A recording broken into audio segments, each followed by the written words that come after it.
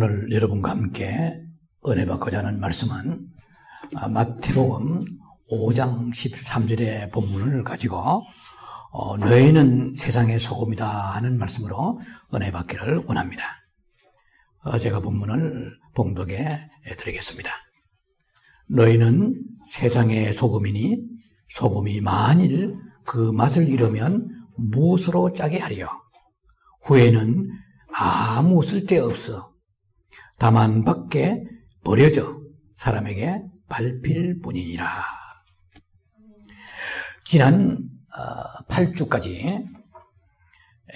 지난주까지 8회에 걸쳐서 그의 8시간 분량으로 팔복의 말씀을 들었습니다.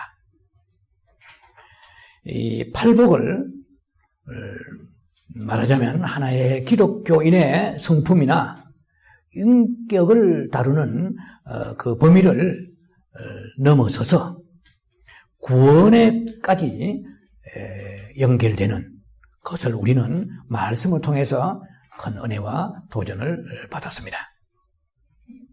제1복인 심령이 가난한 자의 복으로 출발해서 마지막 제8째 복인 의를 위하여 핍박을 받는 자의 복까지 우리가 천국으로 시작해서 천국으로 마무리 지는 말씀을 받았습니다. 수차 우리가 말씀을 드린 바대로 팔복 중에 어느 한 달랑만 독립시켜서 그렇게 살려고 애쓴다고 될 일이 아니라는 것입니다.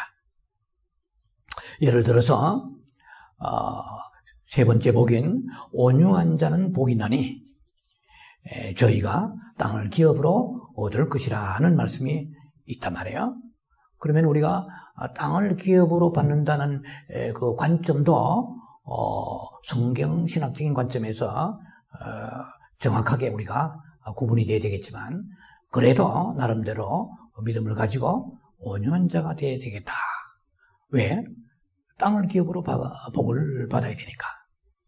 그래서 1복과 2복을 무시한 채 1복과 2복은 안중에 없이 그 온유한 자가 되려고 몸부림치는 거야.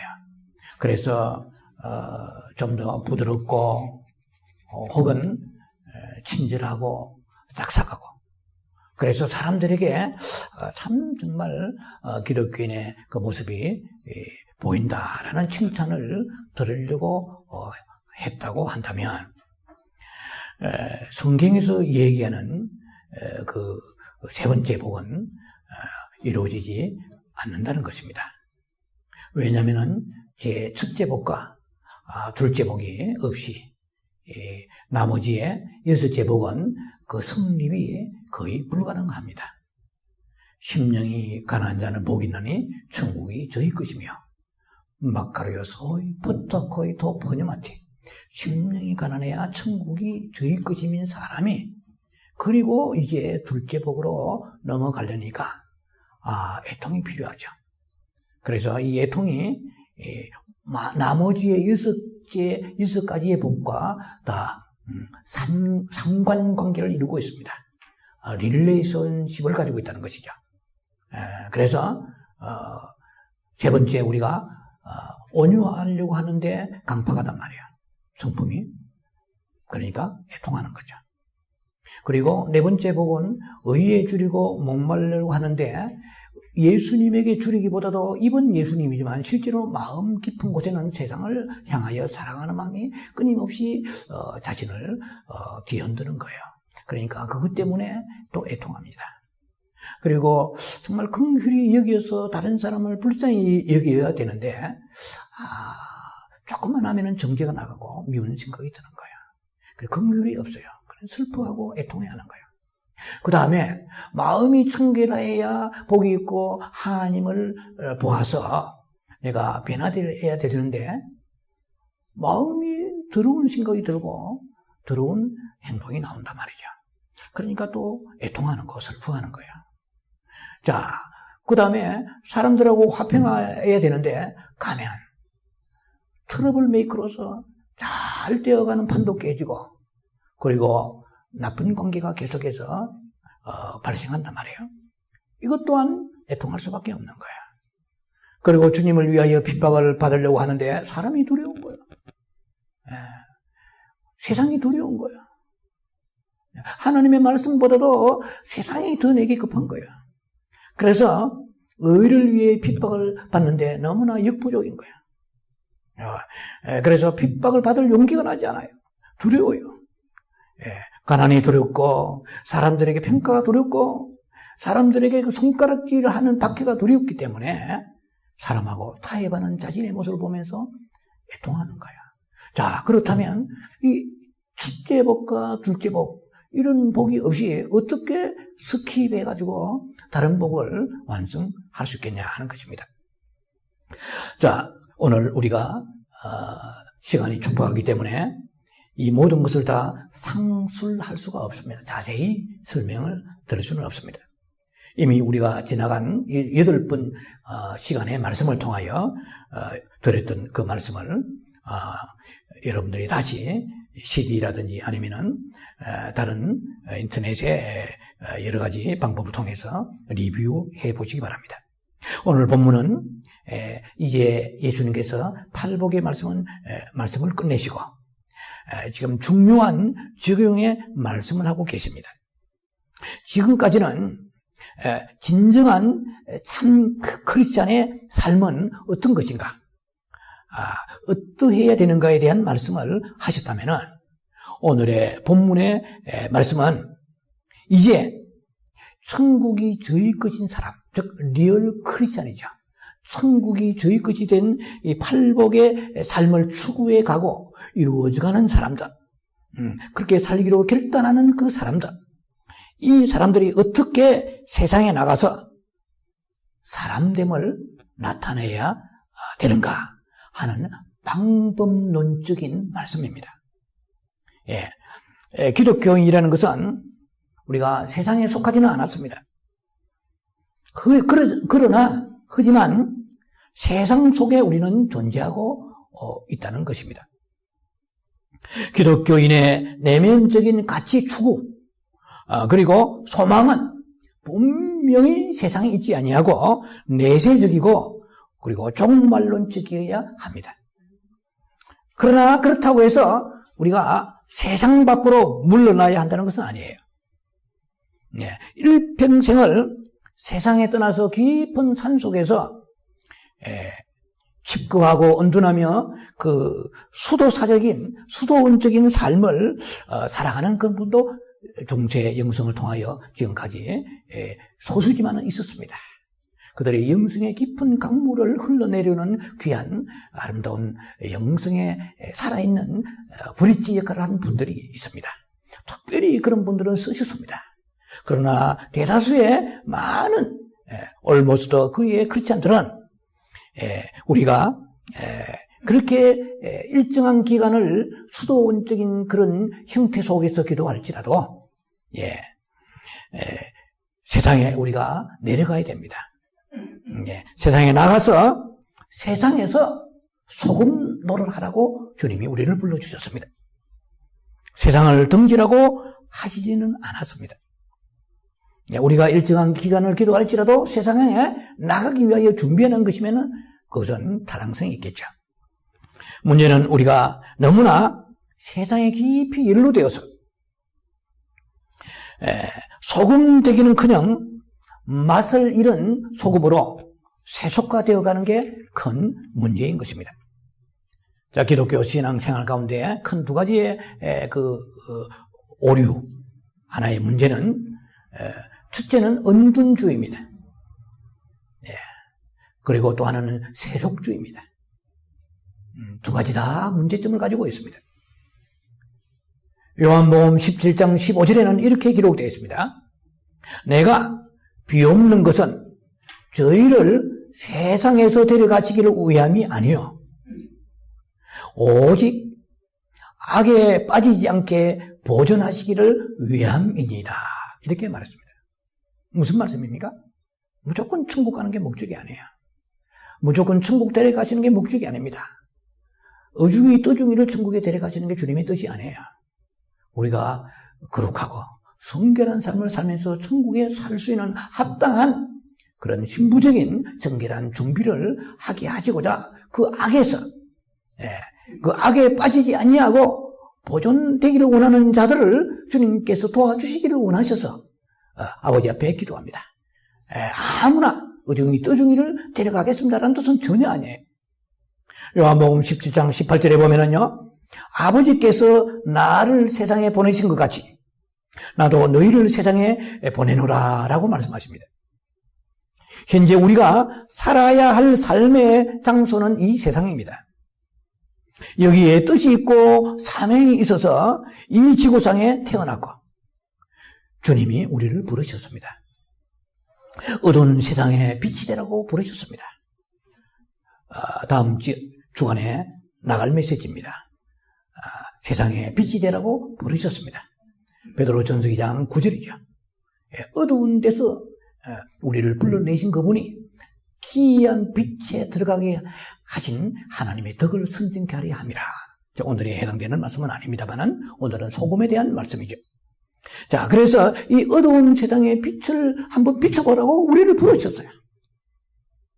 이 썩어가는 세상에 소금 노릇하라고 우리를 부르셨습니다. 주님이 부르신 목적이 여러 가지가 많겠지만 우리가 지난 8번째 팔복의 말씀을 여러분들이 들으셨습니다. 팔복의 말씀 가운데 우리가 화평케 하는 자에 대한 말씀을 들었습니다. 그때 고린도서 5장 18절에 20절 말씀을 기억하실 것입니다. 우리에게 화평케 하는 직분을 주시다고 그랬죠. 그래서 예수 그리스도 대신에 우리가 화목케 하는 사신으로 주님이 우리에게 직분을 주시고 사신의 역할을 감당하러 세상에 파송되어 보내신 것입니다. 또 하나는 방금 말씀드린 대로 이 세상에 썩어가는 가정, 썩어가는 캠퍼스, 썩어가는 사회, 썩어가는 직장에 너희가 들어가서 좀 빛이 되면 안 되겠나? 너희가 들어가서 썩는 것을 너희가 방지하면 되지 않겠느냐 하고 우리를 부르셨다는 것입니다. 자, 우리에게 팔복을 주신 목적은 소금과 빛대라고 팔복을 주셨습니다. 그래서 이 소금과 빛의 절차를 소금과 빛이 되기 위해서는 이 팔복의 그 증개되는 절차를 도외시하고서는 소금과 빛이 되기는 난감합니다. 그래서 많은 분들이 이렇게 설교를 하십니다. 성경이 그 문장이 옳다고 해서 설교 전체가 옳은 건 아닙니다. 무슨 말이냐면은 너희는 소금과 빛이라고 말씀하셨을 때에 소금이 될 것이다,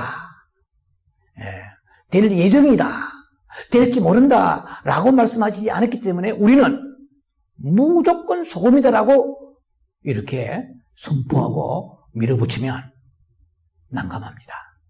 소금이 될 자질이 없는 사람에게 소금이 되라니까 지식은 있지만은 세상에 오염만 시키고 그 어둠만 묻혀오고 세상에 있는 세속적인 것만 몸에 묻혀와서 오히려 가정과 교회를 어지럽힌 경우가 있다는 것이죠. 소금이 자질이 돼야 소금이 될 거 아닙니까? 그런데 성경은 맞습니다. 왜? 마태복음 5장 13절대로 너희는 세상의 소금이다. You are the salt of the earth. 너희는 세상의 소금이다. 오케이. 성경에 있는 말씀이니까. 그러나 그 구절이 옳다고 해서 전체 해석이 옳은 건 아니라는 것입니다. 정확하게 우리가 적용하려면 팔복적 삶에는 전혀 관심이 없는 사람이 뭔 선 소금이 되겠다는 거예요.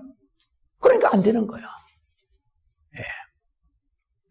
자, 그래서 우리가 소금이 되기 전에 먼저 이 팔복의 메시지를 선포하지 않고서는 불가능합니다. 이것도 우리가 한자로 말한다면 화병지중입니다. 그림의 떡이라는 말이에요. 자, 그래서 주님 오늘 말씀하십니다. 너희는 세상의 소금이다 라고 할 때 이 말씀 속에는 암묵적인, 암시적인 주님의 뜻이 계세요. 이 말씀은 그 인류는 혹은 이 세상은, 너희가 살아갈 세상은, 통틀어 말씀하시는 건데요.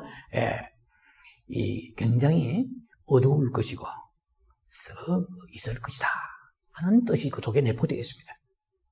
네, 우리가 살아보니까 그렇지 않아요? 우리 자신도 부패했고 세상은 말할 것도 없이 좋아지기는커녕 점점점 악순환의 연속이고 악화되어 가고 있습니다. 지금은 음란을 말하자면 소돔과 고모라의 시대보다 더 음란합니다. 악이 장성하고 창궐해가고 있습니다. 주님의 심판이라는 것은 그 죄악이 관영할 때 심판하시는 거예요. 많은 미래학자나 혹은 인류학자나 철학자나 사회학자들은 그 인류의 미래를 장밋빛으로 진단한 분들이 많습니다. 우선 듣기는 좋죠.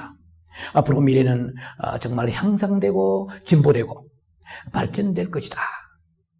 그래서 많은 그 수 없는 젊은이와 대중들은 그 교육을 통하여서 온갖 죄악들이 근절될 것이고 그들이 정말 모범 시민으로 사는 그런 나라가 올 것이다. 정말 희망적인 메시지죠. 어떻게 보면 유엔을 통하여 혹은 국제적인 평화기구를 통하여서 전쟁은 종식되고 세계는 평화로울 것이라고 낙관하고 있었습니다. 소위 자유주의적인 낙관론이죠. 그러나 성경은 인류의 마지막을 내다보고 있습니다. 너희는 소금이라 이렇게 말씀하실 때는 세상은 팍팍 썩어들어갈 것이다 하는 의미가 내포되어 있다는 것입니다. 얼마나 짧은 메시지지만은 깊은 무궁무진한 뜻이 그 속에 있는지 몰라요. 이제 소금에 대해서 오늘 나머지 시간을 철저하게 우리가 분석하며 파고 들어갈 것입니다.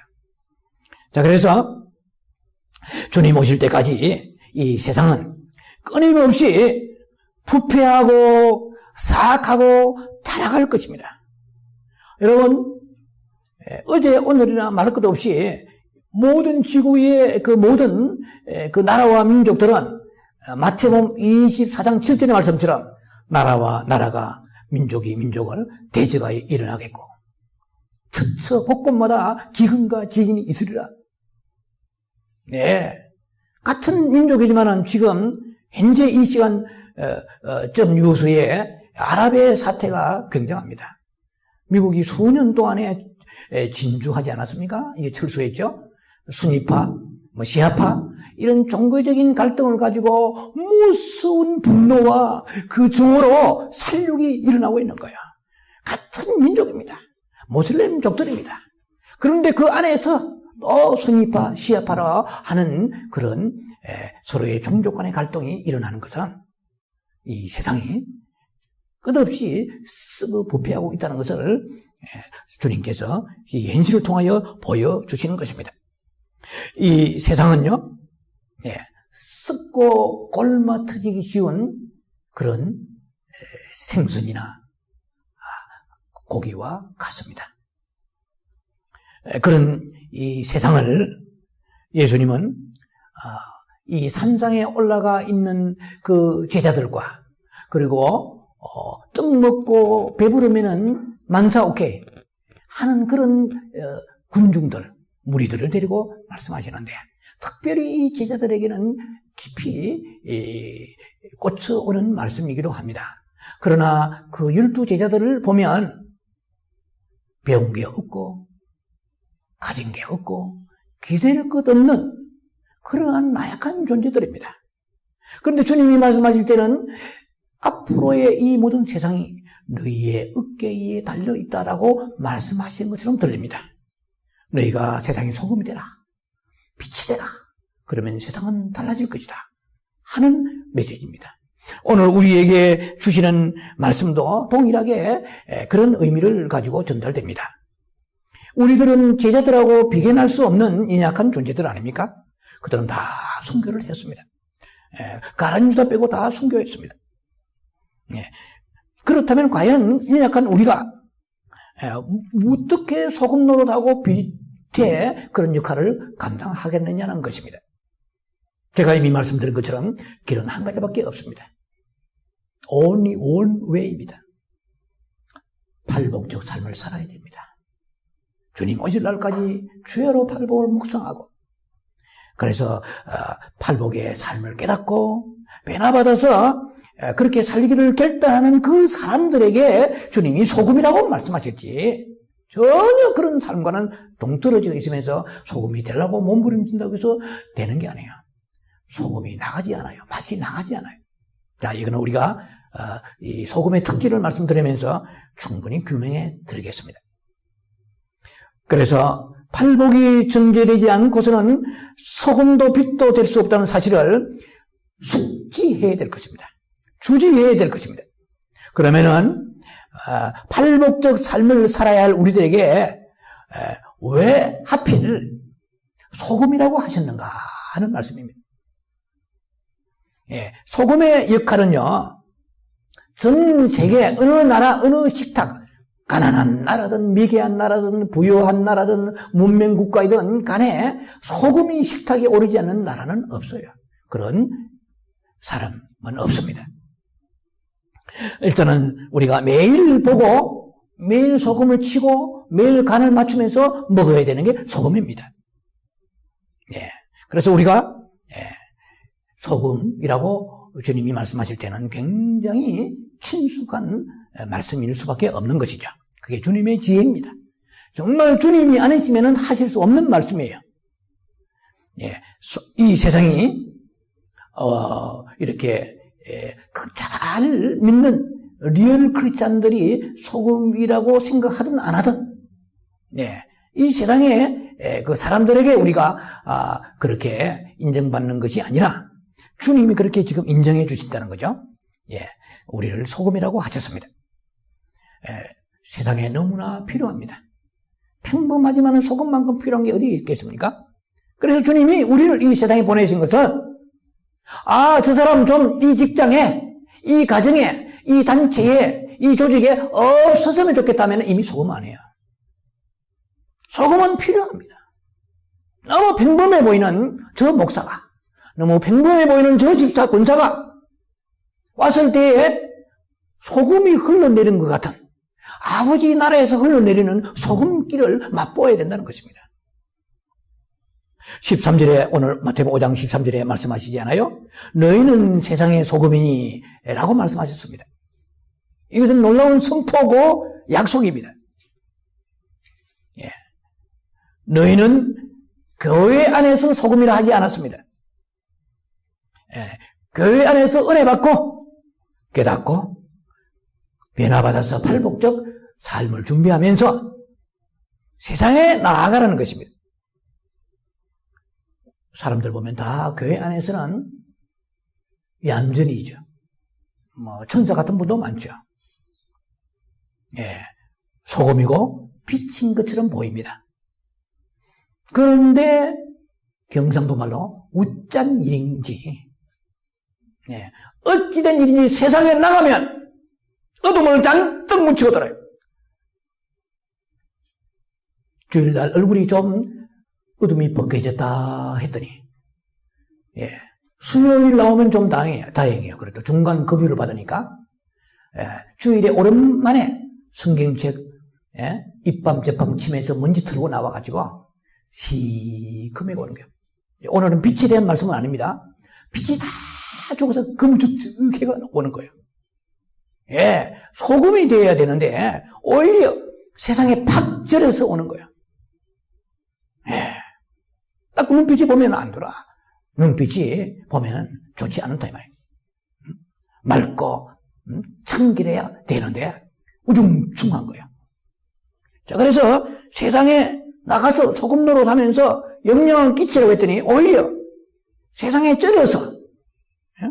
어두워서 돌아온다 이 말입니다.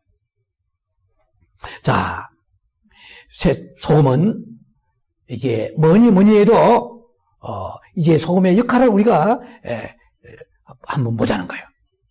예, 소금은 뭐니 해도 짠 데의 특징이 있습니다. 소금, 솔트 하면은 이 원래 소금도 샐러리에서 온 말이에요. 소금 월급이라는 뜻이죠. 소금은 짜다는 거죠. 예. 소금을 짠 것을 모르는 사람은 없습니다. 이 독특한 맛이에요. 예. 소금이라는 것은 얼려도 짜고, 녹여도 짜고, 끓여도 짜고, 그리고 삶아도 짜고, 말려도 짜고, 가루내도 짜고, 소금은 영원히 짠 거야. 근데 이제 앞으로 풀어나가겠지만, 그렇게 영원히 짠 소금이 어떻게 맛을 잃는단 말이에요. 그래서 이게 풀리지 않으면 여러분들은 지금, 오늘 이 정도만 숙제를 내면 여러분 평생 소화가 안 될 거예요. 아니, 소금이 맛을 얼려도 짜고, 끓여도 짜고, 다 짜다고 하시는데, 성경에 왜 소금이 맛을 잃는다 했는가? 소금은 소금인데 왜 맛을 잃는다 했는가? 하는 말이에요. 자, 여러분 천천히 기다려 보시면서 기대하시기 바랍니다. 자, 소금의 첫째 특질은, 맛을 낸다는 거예요. 음식의 맛을 낸다는 것입니다. 욥기 6장 6절에 보면 이렇게 기록되어 있습니다. 싱거운 것이 소금 없이 먹히겠느냐, 이런 말씀이 있습니다. 소금이라는 것은 맛의 근본입니다. 맛의 원조입니다. 참 놀랍죠? 이 소금이 너무 평범하지만 여기에 들어가야 맛이 난단 말이죠. 만일 모든 음식이 우리가 소금이 안 들어갔다고 한번 생각해 보세요. 맛이 나겠습니까? 제 맛이 나겠느냐는 거예요. 인류 셰프가 요리한 음식이라도 소금이 빠져버리면 맹탕입니다. 바꾸어 말하면 기독교 없는 삶, 예수 그리스도 없는 삶, 이 정말 발복적 그런 믿음을 가지고 있는 그러한 삶이 없는 그런 이 세상은 몸이 건조하다는 것입니다. 그 사람이 정치가가 되었건 아니면 연예인이 되었건 교수나 사학가가 되었건 엔지니어가 되었건 뭐가 되었건 간에 그 삶 속에 소금 맛이 들어가지 아니하면 인생의 제맛을 이미 상실하고 살고 있는 것입니다. 제맛을 잃어버린 거예요. 그래서 이 세상에 지금 수 없는 엔터테인먼트라든지 쾌락의 여러 가지 그 많은 그 환경들이 조성되고 성적으로 타락하고 물질로 타락하고 세속적으로 타락해가는 것은 소금이 들어서 쳐줘야 되는데 소금이 있어야 될 소금이 없으니까 살맛이 나지 않는 거야. 왜? 음식에 소금을 넣으면 맛이 나듯이 삶에 소금이 들어와야 되는데 그 소금이 뭔지 모른다 할지라도 지금 일단 소금의 맛이 들어와야 맛이 살아나는 거 아니에요? 그러니까 돈을 많이 벌어도 소금이 치지 않으니까 살아가는 목적이 공허한 거예요. 나이가 들어가면 들어갈수록 허망한 거예요. 내가 뼈 빠지게 일해서 남은 게 뭔가? 이제는 모든 것이 다 무너져 내리고 주저앉고 이제 죽음만 바라봐야 되는데 지난날 돌아보면 뼈 빠지게 일만 하고 나는 뭐하는 존재였는가? 돈 버는 기계였는가? 고개 숙인 아버지들이 많잖아요. 또 부인, 어머니들도 마찬가지입니다. 왜냐? 소금이 들어가야 되는데 다른 조미료를 쳤기 때문에 그런 거예요. 소금이 들어갈 곳에 다른 것을 후춧가루를 아무리 쳐도 소금 맛은 나지 않잖아요. 물론 약간 비슷하지만 소금은 소금입니다. 후추는 후추고. 아무리 모든 것 다 갖추고 있다 할지라도 얼마나 그 삶이 맹목적이고 허무하고 몸이 건조하겠습니까? 그런 이 세상에 우리가 가서 소금에 노릇을 해야 되는 거예요. 소금 없는 음식이 맛없는 것처럼 맛없는 삶을 살아가는 그 수많은 사람 앞에 진정한 그 인생의 맛을 우리가 보여줘야 됩니다. 소금을 치듯이 쳐야 되는 것입니다. 그래서 기독교인의 그 삶, 정말 천국에 소망을 두고 사는 삶으로 그들에게 접근해서 녹으면서 소금 치면서 파고 들어가서 그들 앞에 참 삶의 기쁨이, 참 삶의 보람이 무엇인가를 살만 나는 세상이 이것이라는 것을 그들에게 보여줘야 된다는 것입니다. 소금이 제 맛을 내려면은 녹아야 돼요. 녹으려면은 자기의 개인의 이익과 고집이 녹아야 됩니다. 우리는 소금인데 세상에 가서 안 녹는 거야. 가정에서 녹지 않아요. 당실에 그대로 소금을 유지하는 거예요. 녹아야 맛이 날 텐데 녹지 않는 소금이라는 거야. 소금은 소금인데. 자, 그러면 소금의 구실과 역할을 하지 못하게 되는 것입니다. 우리가 세상에 나가서 녹지 않으면은 그 천국에 있는 소망의 소금기가 흘러 들어가야 됩니다.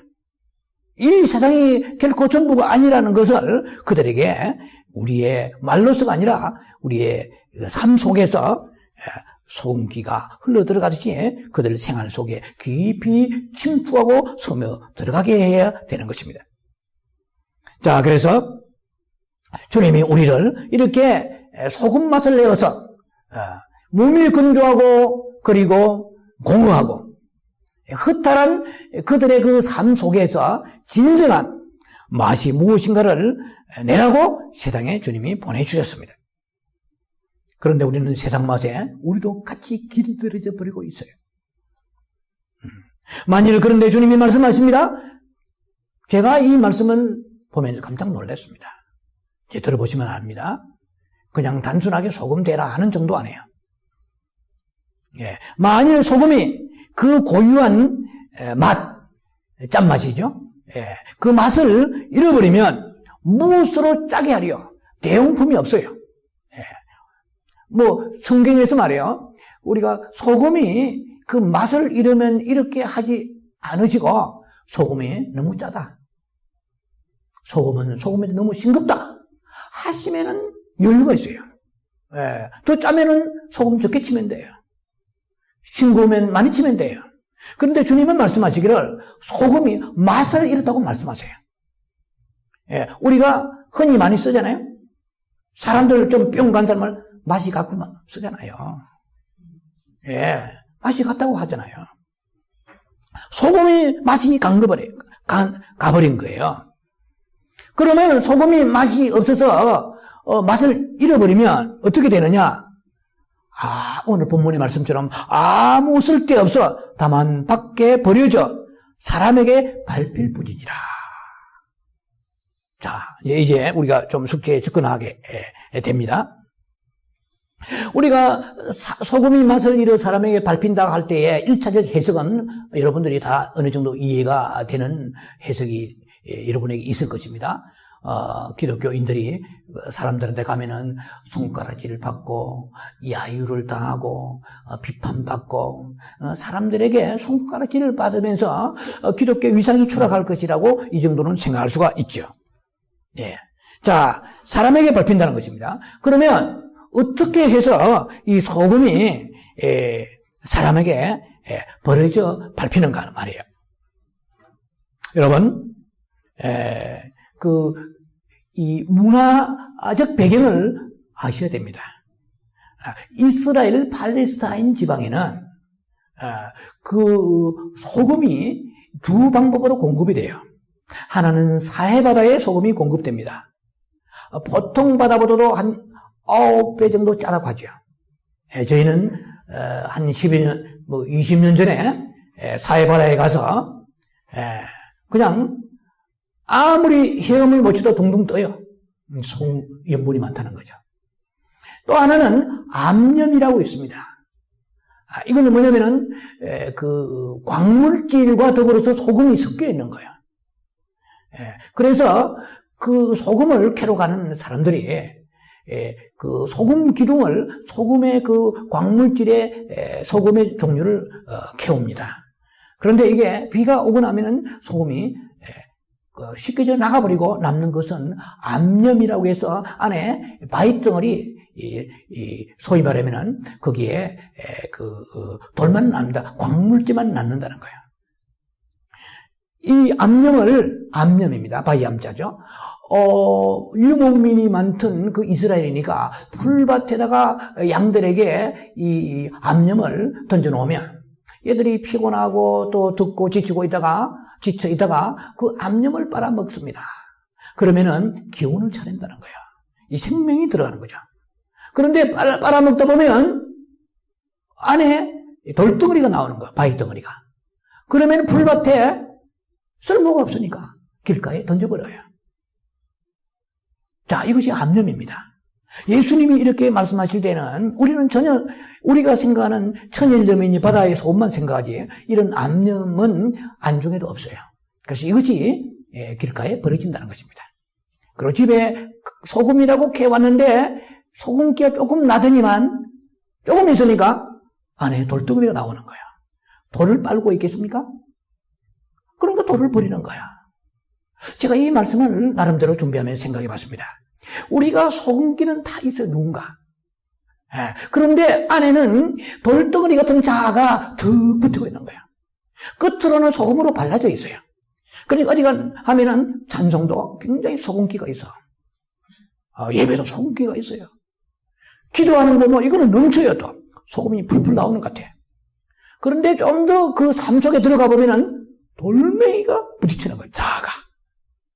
굉장히 세속적이고, 탐욕적이고, 자아적인 속된, 소위 말하면 육신적인 것이 안에 그 돌덩이 같이 버티고 있다는 것이죠. 자, 그래서 우리가 암염이라고 하는 것을 머리에 두고 이 말씀을 듣고 나면, 그래서 버리는구나. 왜? 소금은 영원히 소금이잖아요. 얼려도 소금이요, 끓여도 소금이요, 뭐, 가루가루 내도 소금이요. 그런 소금이 맛을 어떻게 일으켰느냐는 거죠. 그런데 보니까, 이런 문화사적 배경을 보면 이런 것이 가능하구나. 그렇다면 주님이 의미하는 의도는 무엇인가를 우리는 알 수가 있었습니다. 자, 그러면 이제 중요한 것이 뭐냐면 소금이 맛을 잃으면 길가에 버려지면 많은 이방인들이나 이 세속의 사람들에게 기독교가 지탄을 받게 되는 거야. 그래서 발에 밟힌다 하는 것입니다. 그런데 성경을 볼라치면 사람들에게 발에 밟히는 것은 초기 단계입니다. 중요한 것은 하나님의 발에 밟히면 큰일 난다는 것입니다. 이게 사람에게 발에 밟힌다는 것은 하나님의 심판의 불 앞에 이미 하나의 예조된 그러니까 예비된 경고의 사이렌이 지금 울리고 있다는 것입니다. 마가복음 9장 48절에 50절을 제가 읽어드리겠습니다. 거기에서는 구더기도 죽지 않고 불도 끄지지 않으냐느니라. 여러분, 구더기를 연구해 보는 필요는 없지만 구더기는 지옥을 알려면 조금은 알아야 됩니다. 이 세상의 모든 미생물 중에서 가장 피부가 예민한 게 구더기입니다. 처음 들으시죠? 구더기가 안 죽어요. 계속 고통을 당해요. 지옥에는 아무도 들어가서 영원히 고통을 당한다는 것입니다. 구더기도 그 피부, 예민한 피부일수록 화상을 빨리 입잖아요. 구더기가 화상을 빨리 입겠습니까? 곰 피부가 빨리 입겠습니까? 구더기죠. 근데 구더기는 안 죽어. 그 고통이, 구더기도 고통을 당한다는 거죠. 안 죽고. 그렇게 이건 상징적이지만은, 구더기도 죽지 않고 불도 끄지지 아니하느니라. 사람마다 불로서 소금 치듯 함을 받으리라. 이게 소금이 딱 등장해요. 여기까지 같으면, 뭐 그런 대로, 그런가 보다 하고 넘어가면 돼요, 이제. 그런데, 마가복음 9장 50절 보면은, 소금은 좋은 것이로되, 소금 좋지요? 평범하지만 얼마나 좋으세요? 소금은 좋은 것이로되 만일 소금이 그 맛을 잃으면 무엇으로 짜게 하리요 하는 그 다음 구절이 지탱하고 나옵니다. 바로. 그러니까 소금이 좋은데 너희가 소금 되라고 좋은 것으로 이 세상에 주님이 불러주시고 우리에게 그런 직분을 주셨습니다. 그런 소금의 사명을 주셨습니다. 그러나 소금이 맛을 잃어버리니까 어떻게 되느냐? 사람마다 불로 소금 치듯 함을 받으리라. 이렇게 말씀하십니다. 무슨 말이냐면 너희가 이 세상의 가정에서 캠퍼스에서, 직장에서, 사회에서 소금을 치는 삶을 살아야 되는데, 그 소금을 친다는 걸 뿌린다는 거죠. 소금 치는, 맛을 내는, 부패를 방지하는 전혀 그런 삶을 살지 않았을 때는, 이제는 내가 너희를 소금 치는 대신에 불로서 소금 쳐버리라. 이 종말론적인 메시지입니다. 이 예수님의 모든 말씀에는요, 그 특히 비유의 말씀에는요, 이 오늘 소금과 빛의 말씀은 비유이면서 실제잖아요. 존재론적인 말씀입니다. 예, 우리가 메타포, 무고서 A는 B라고 얘기할 때 이것은 은유적인 메타포 하나의 수사법입니다. 그래서 이건 비유이면서 실제입니다. 존재론적인 것이죠. 예, 그러니까 가상적인 게 아니고. 그런데 이 소금이 이제 그 맛을 내지 아니하면은, 세상에서 맛을 내라고 내지 아니하면 사람에게만 밟히는 것으로 끝나지 아니하고, 이미 사람에게 밟힐 때는 불로서 소금치듯 치는 날이 오게 된다는 것을 경고, 워닝, 노리스를 준다는 것입니다. 이 종말론적인 메시지가 이 안에 들어있어요. 그러니까 우리가 사람에게 밟혀서 이 정도로 끝나는 게 아니에요. 종말론적인 심판이 예고되어 있다 하는 것을 여러분이 꼭 기억하셔야 될 것입니다. 자, 그래서 오늘 제가 방금 인용했던 말씀이죠. 이 마태복음의 이 마가복음의 9장 48절에 50절의 이 말씀은 마태복음의 많은 말씀 중에 난해 구절 중에 하나입니다. 제가 오늘 충분한 시간이 안 되기 때문에 이것을 충분히 강해석으로 할 수는 없습니다만, 왜 예수님께서 마가복음 9장 48절 50절에 갑자기 그 소금에 대한 말씀이 나오더니 불에서 소금치를 친다는 말씀이 나오는가? 이것은 마가복음 9장 43절로 47절까지를 충분히 읽어야 되고 이해해야 됩니다. 근데 이거는 구약이 들어가 좀 복잡해집니다만, 간단 명료하게 제가 앞쪽에 말씀드리면, 이 소금이라는 것은 두 가지의 그 특성을 지니고 있습니다. 구약에 보면 하나는 소금 언약입니다. 민수기 18장 19절에 하나님 앞에 제물을 드릴 때에 그 소금을 쳤습니다. 이것은 소금이라는 것은 지금 방금 여러분 들으신 것처럼 변질되지 않잖아요. 변하지 않는 거예요. 하나님의 앞에서 변하지 않는 신앙을 가지고 율법을 지키겠다는 하나님의 앞에서 언약입니다. 이 소금 언약이라고 그래요. 그래서 예를 들면 레위기 2장 13절이라든지 하나님 앞에 이 소제를 드릴 때도 소금을 쳤어요. 아니, 하나님이 소금을 뭘 자시겠다고 간을 보십니까? 이상하잖아요. 하나님 앞에 소제, 주로 가루를 드리잖아요. 곡식에 가루를 드리고 하나님 앞에 예물을 드립니다. 제사 때. 그러면은 거기에다 꼭 소금을 쳐요. 이 소금을 친다는 것은 소금은 하나님과의 언약의 불변 관계를 말합니다. 절대로 변하지 않겠습니다. 그래서 사랑과 사랑, 그것이 유래되어서 사랑과 사랑 관계 속에서도 중대한 언약을 맺을 때는 소금을 쳤습니다. 하나님과의 이 소금. 또 하나는 이것이 성결의 의미를 나타냅니다. 소금은 깨끗한 것을 의미하죠. 그래서 오늘 마가복음 9장 43절로 47절 사이 보면 너희가 범죄하면, 이런 다 아시는 말씀이에요. 손발을 잘라버리겠다는 거예요. 노라를 뽑아버리겠다는 거예요. 여러분 무섭지 않아요? 차라리 외팔이 외다리로 해서 외눈으로, 요새 장애인들이 많기 때문에 조심해야 되는 용어입니다. 그래서 우리가 성경은 병신이라고 나와 있는 것도 있거든요. 근데 그렇게 하면은 수당합니다. 그래서 굉장히 우리는 조심스러워요. 장애인들이죠. 그러니까 성경에는 그냥 노골적으로 그냥 쩔뚝발로 나와 있어요. 근데 그렇게 하다가는 대적받습니다. 대접이 아니고. 그래서 눈을 뽑아버리고 팔다리를 끊어버릴수라도 그래도 쩔뚝쩔뚝 하면서 천국에 들어온 것이, 양다리를 가지고 펄펄 살아 돌아다니면서 회개하지 않고 그 죄를 짓는 것 반복해서 토한 걸 또 먹는 개와 같이 구덩이에 또 들어가는 그 돼지와 같이 베드로후서 2장에 나와 있는 것처럼 그렇게 회개가 되지 않은 절대적 중요성입니다. 처절하게 회개가 되지 아니하고 있는 사람은 차라리 너에게 죄를 짓게 하는 동기가 있으면 그것을 끊어버리라. 그러니까 팔다리를 끊고 나면 오늘 제가 볼 때도 대부분이 끊은 상태에서 나올 거예요. 이 말은 뭐냐면 그 정도로 결단하란 말이야. 응? 그 정도로 철저하게 회개해서 죄악을 도말시키라 이런 뜻이잖아요.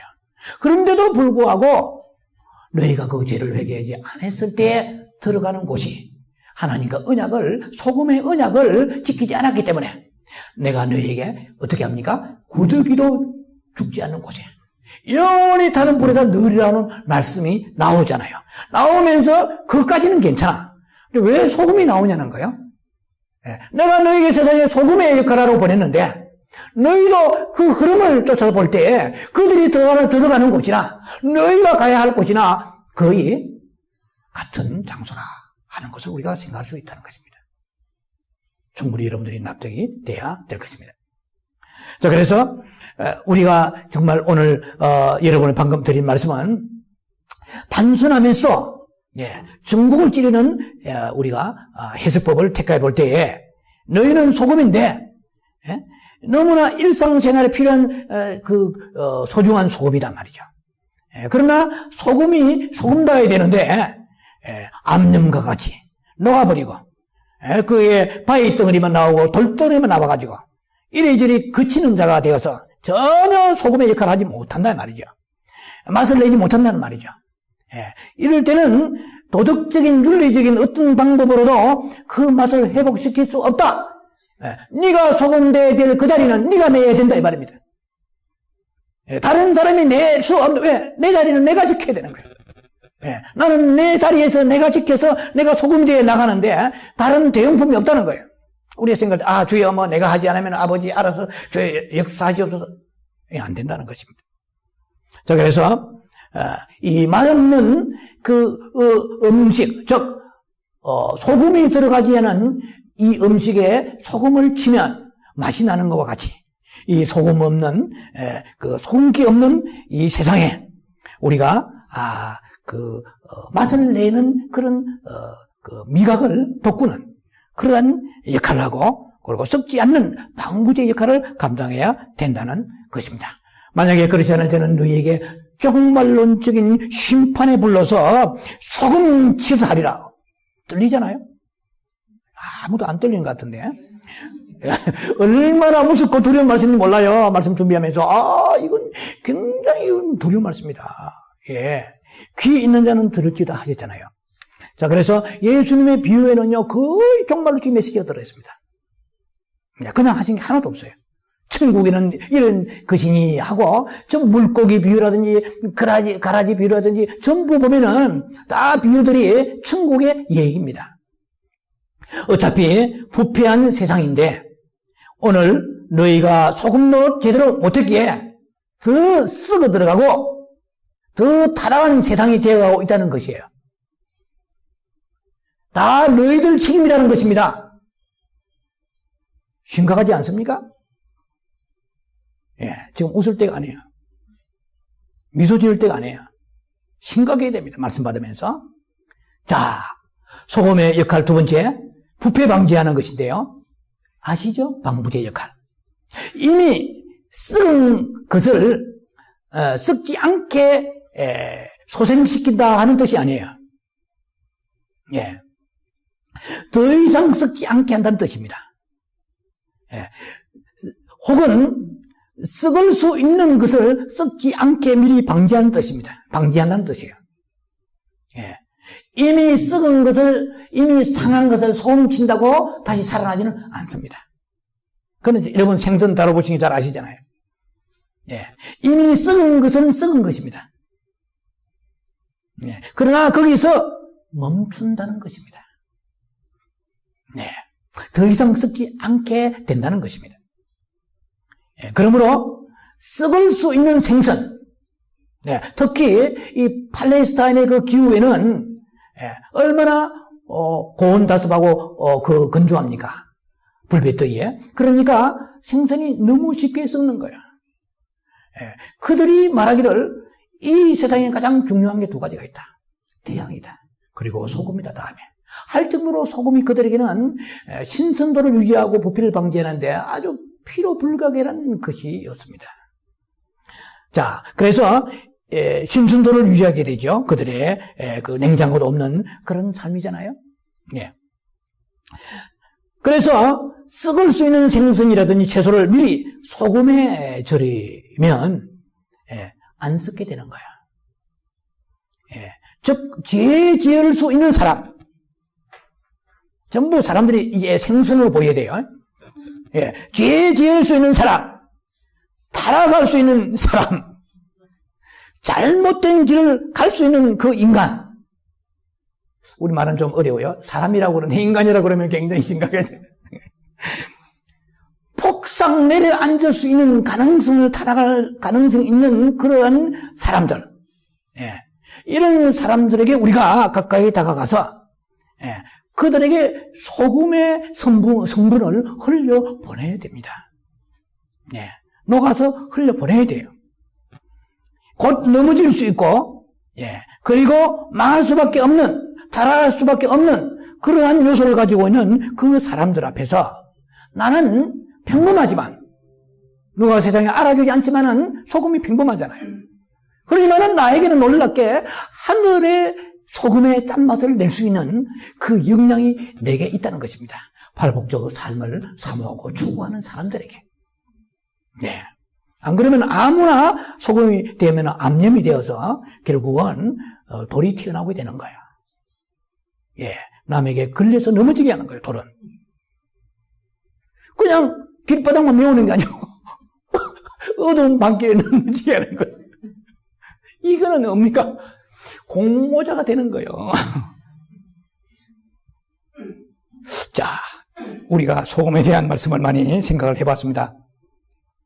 내 가정이, 혹은 직장이라든지 사회가 나 때문에, 평범한 나 때문에 썩지 않게 되었을 때에 이 사람이 주님이 말씀하신 대로 You are the salt of the earth. 세상의 earth 땅이죠. 이 땅과 같은 육신의 흙과 같은 흙으로 지었기 때문에 육신의 것을 추구하는 세상이라는 의미도 그 속에 있죠. 자, 그래서 나같이 초라하고 평범하고 보잘것없는 사람이지만은 내 한 사람으로 인하여서 썩을 가정이 썩지 않는다는 거. 썩어가는 캠퍼스에 그리고 사회의 직장에 나로 인하여서 절망할 수밖에 없는, 망하고 타락할 수밖에 없는 그러한 사람들이 나 때문에 세상 절망에서 하늘 소망으로 바뀐다는 것입니다. 타락한 삶에서 성결한 삶으로 돌이키게 된다는 것입니다. 자, 전 세계마다요, 전 세계의 모든 바다의 소금이 뭐 정확한지는 모르겠습니다만, 제가 아는 그 자료로서는 3.5% 정도 된다고 합니다. 바다의 소금기가. 5대양 6대주요.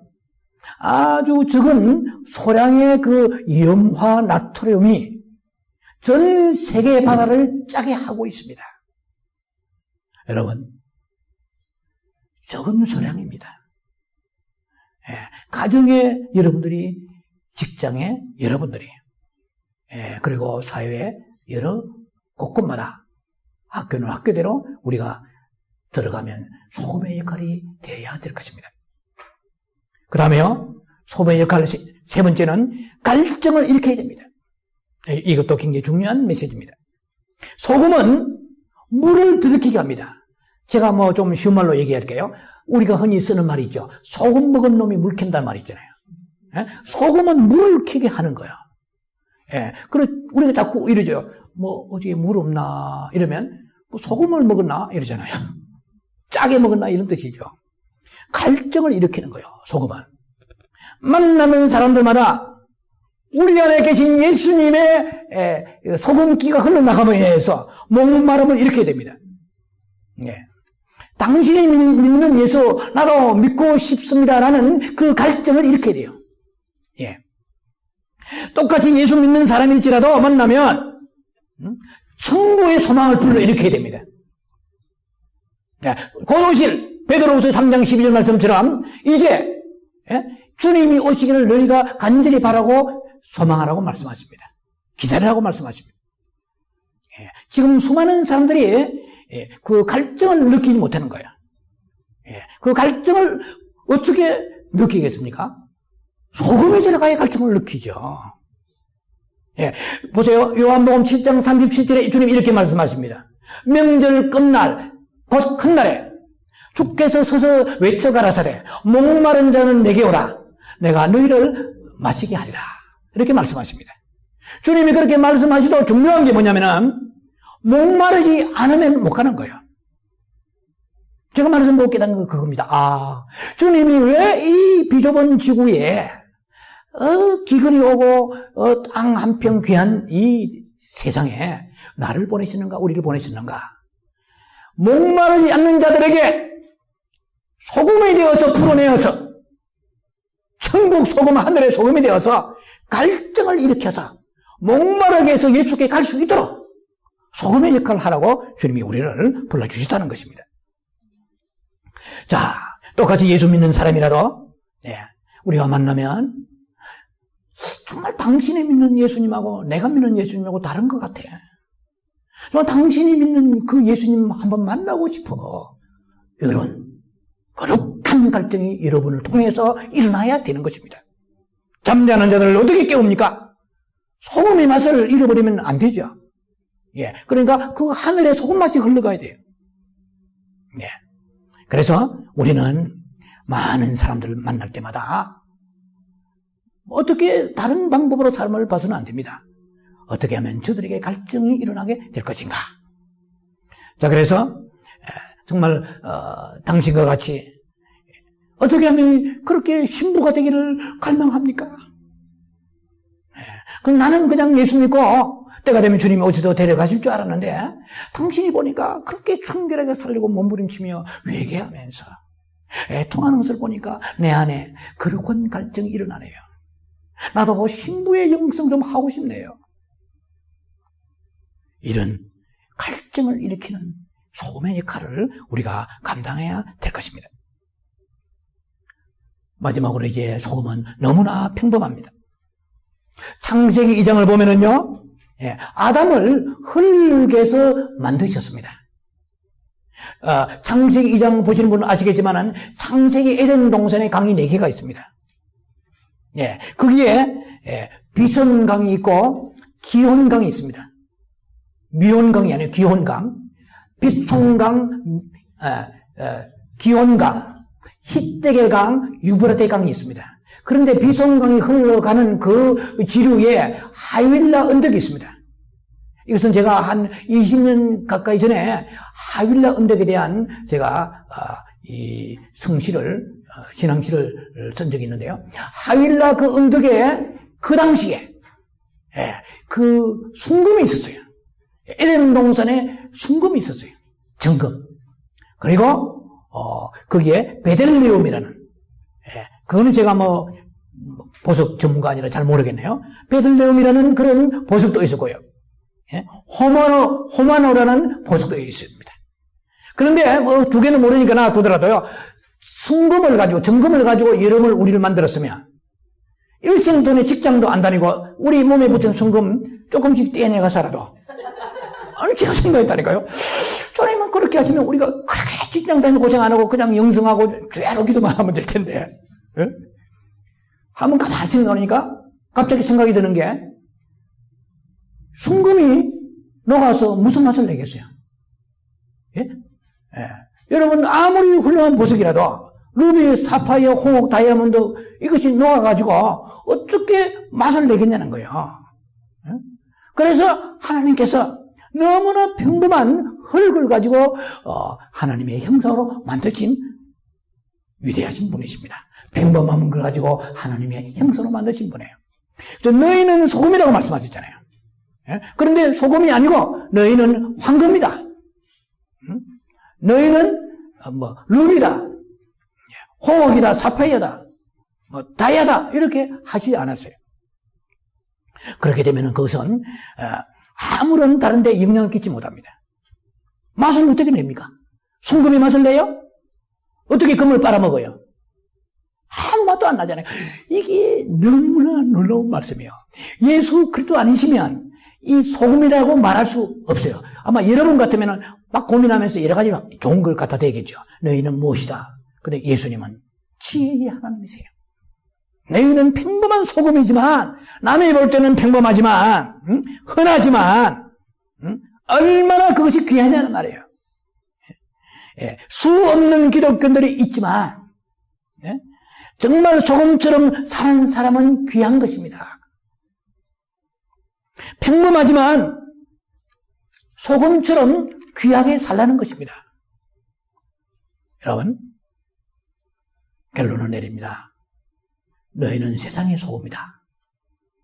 오늘도 내일도 소금을 먹으면서, 치면서, 만지면서 소금다운 소금을 살기를 여러분들이 항상 생각해야 됩니다. 여러분, 성경을 펼치지 않아도 매일 식탁에 성경이 펼쳐져 있습니다. 너희는 소금이다. 집집마다 식탁에는 소금은 있잖아요. 그러니까 성경이 지금 서 있는 거예요. 성경이 펼쳐져 있는 거예요. 그럴 때 여러분들은 항상 소금을 볼 때마다 주님 오실 때까지 나는 소금이다. I am a salt. You are the salt. 너희는 소금이라고 말씀하지 않았어요? 부패한 세상, 썩어가는 세상은 지금 소금된 우리를 기다리고 있으면서 제발 소금 좀 쳐달라고 기다리고 있습니다. 세상과 동화되지 말아야 됩니다. 세상과 타협하지 말아야 됩니다. 썩고 타락해가는 이 세상에 소금맛 제대로 내시고 방부제 역할 하시는 여러분 되기를 주의 이름으로 축원합니다. 기도합니다. 아버지 하나님, 오늘 놀라운 말씀을 우리는 들었습니다. 성경에 늘 있는 말씀인 줄 알았지만 이 말씀 속에 숨겨진 당신의 그 깊은 그 뜻을 우리가 오늘 받았습니다. 평범하고 흔하지만 그 소금이 너무나 필요한 것이고 소금이 국하는 곳마다 음식의 맛을 내는 것을 우리가 깨달았습니다. 이 맛없는 세상, 몸이 건조하고 황량한 세상, 흩어라고 공한 세상에 우리가 소금되어, 하늘 소금되어 가는 곳마다 맛을 내는, 천국의 소망의 맛을 내는 죄들 되게 하시고 썩어가는 부패하는 세상에 방부제 역할을 해서 그들이 절망에서 소망으로 세상에 있는 타락된 삶에서 성결한 삶으로 바뀌어지는 역할을 감당하도록 주여 소금되기를 원하오니 은혜 한량없이 부어 주옵소서. 예수님 이름으로 감사하며 축복하며 기도합니다. 아멘.